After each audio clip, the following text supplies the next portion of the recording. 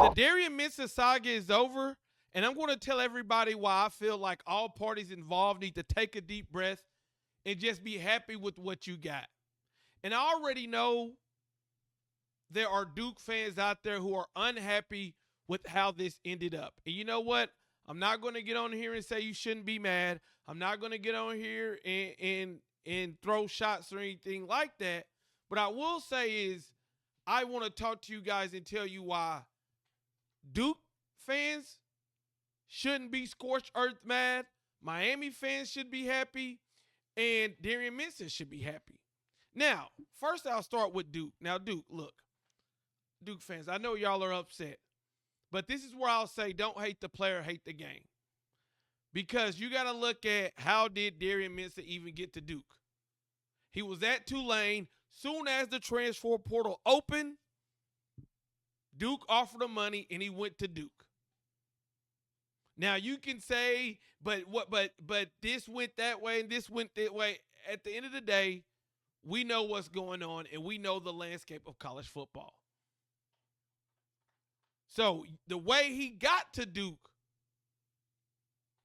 let's not be hypocritical, right? And I see people saying, well, he signed a contract and he shouldn't. Manny Diaz was supposed to be the coach at Temple. Your coach was supposed to go and coach Temple, and he backtracked the next day after he signed a contract and went to become a Miami Hurricane. So let's all get off our high horse and realize the landscape of college football and the way that things are being handled. The next thing I'll say this is Duke fans. Do you know how many programs out there that players are leaving? Miami's had some. And you don't get anything for them. Clemson, Dabo Swinney, just lost a linebacker that was going to be a great addition to their staff at the last second to Ole Miss. They got nothing. He just walked out the door. You guys can actually say, in this situation, you stood up for what you believed in. You stood up and you fought. And at the end, you got some kind of compensation. You got some type of compensation. And because you fought, you bought a little time, you was able to go get the San Jose State quarterback. You got you a quarterback. And now, I got this fuzzy stuff on my. And now, you got you some compensation. It's going to be up to you to take this situation and whine and cry about it, or say, look, I believe in Manny Diaz. I believe in the direction of this program. And we have several quarterbacks. Got one out of the transfer portal. This will not stop us. Darian Mensah, if you want to leave, go ahead and leave. We got paid, and we'll see you this season when we play.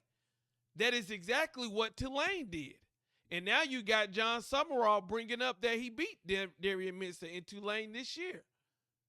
So it's all about perspective and how you look at things. I say this, hey, at least y'all got some kind of compensation, and it is what it is. Because if you would have took it to court, it was most likely, if you would have let the judge decide, it would have most likely you wouldn't have gotten anything. Now, the next two things are pretty easy. If you're Darian Mensah, you are happy. You are happy that not only is this situation done with, and the faster you get a situation like this done with, the more you can focus on what you want to focus on, and that is being the best football player you can be. Now this is over with. You get to enroll in classes. You get to get around your new team, which is most likely going to be the Miami Hurricanes, and you get to move on for this. And let's be honest, he's probably got compensated very well. You get to go play for a Miami Hurricane team that just got back from the national championship. So you're going to get to go play for a national championship contender. You're going to go get to play with Malachi Tony. And you may get to play with an old friend that could be coming from Duke who's already in the transfer portal. But we're not even going to bring that up because I don't want Duke fans to be too mad. Now, Darian Mensah is very happy, and the Miami Hurricanes are very happy. Miami, they lost Carson Beck. His time was up. Emory Williams decided to go to ECU, which left Miami with Judd Anderson, Luke Nickel, and Darian Coleman. So if something was to happen as like this was left in the judge's hands and they went with Duke's side, which would have been very awkward, Darian Mensah coming back to Duke, but that's the landscape that we're in. Miami would have been left with not a lot of options. But instead, they're going to get one of the better quarterbacks in the ACC to go with Malachi Tony, Mark Fletcher. Boy, Miami Hurricanes fans, they got to be excited. So all said and done, all parties involved, I don't see why you would be upset. I don't understand the venom, because soon as this situation came about, I understand you being mad, but now at some point you got to get on and figure out what are you going to do with your season. Either way it goes, both of these teams face off this season, and you best believe this will be the topic of conversation.